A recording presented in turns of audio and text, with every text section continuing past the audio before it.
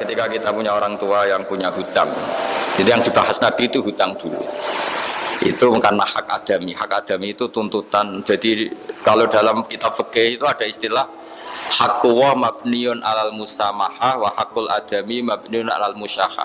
Jadi kalau hak Allah itu Allah lebih rileks. Karena Allah itu tidak butuh disembah, tidak butuh dipuja-puja. Allah sudah terlalu besar. Al-Qayyum sudah besar sendiri. Sehingga Allah itu mudah ngabaikan haknya itu mudah. Tapi kalau hak adami, bawaan manusia itu kalau hartanya dibawa orang itu ingat terus. Sehingga harus diselesaikan. Maka Nabi kalau mau mensolatkan jenazah tanya punya utang enggak.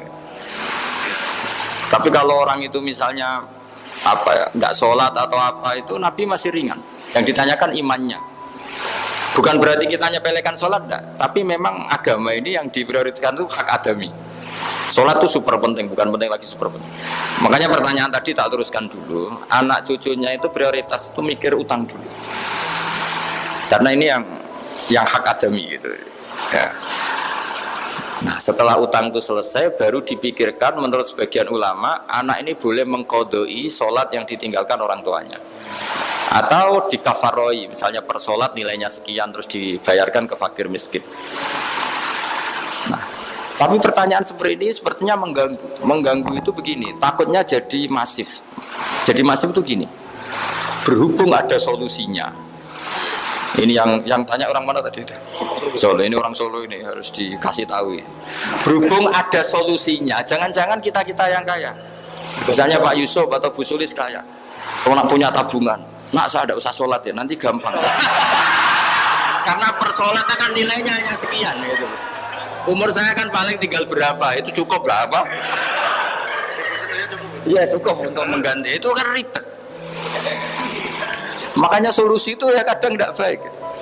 Karena nanti dipakai saya naik dewi. Makanya dulu itu terkenal ada guyonan seorang kiai ditanya. Ini guyonan nyata. Pak Kiai, katanya Kiai itu orang suci, tapi kadang-kadang kok maksiat juga. Si Kiai ini jawabnya ngawur sekali. Justru yang boleh maksiat tuh Kiai, kamu nggak boleh. Terus kenapa Pak Kiai? Dia tahu caranya tobat, kamu nggak tahu. Kacau kan? Jadi yang melanggar hukum itu kan yang pakar hukum. Tahu itu. Tahu ilmunya. Cara melanggar tapi nggak bisa dipidanakan. Punya penghapusnya, Mas. Ya punya penghapusnya. Itu kan ribet.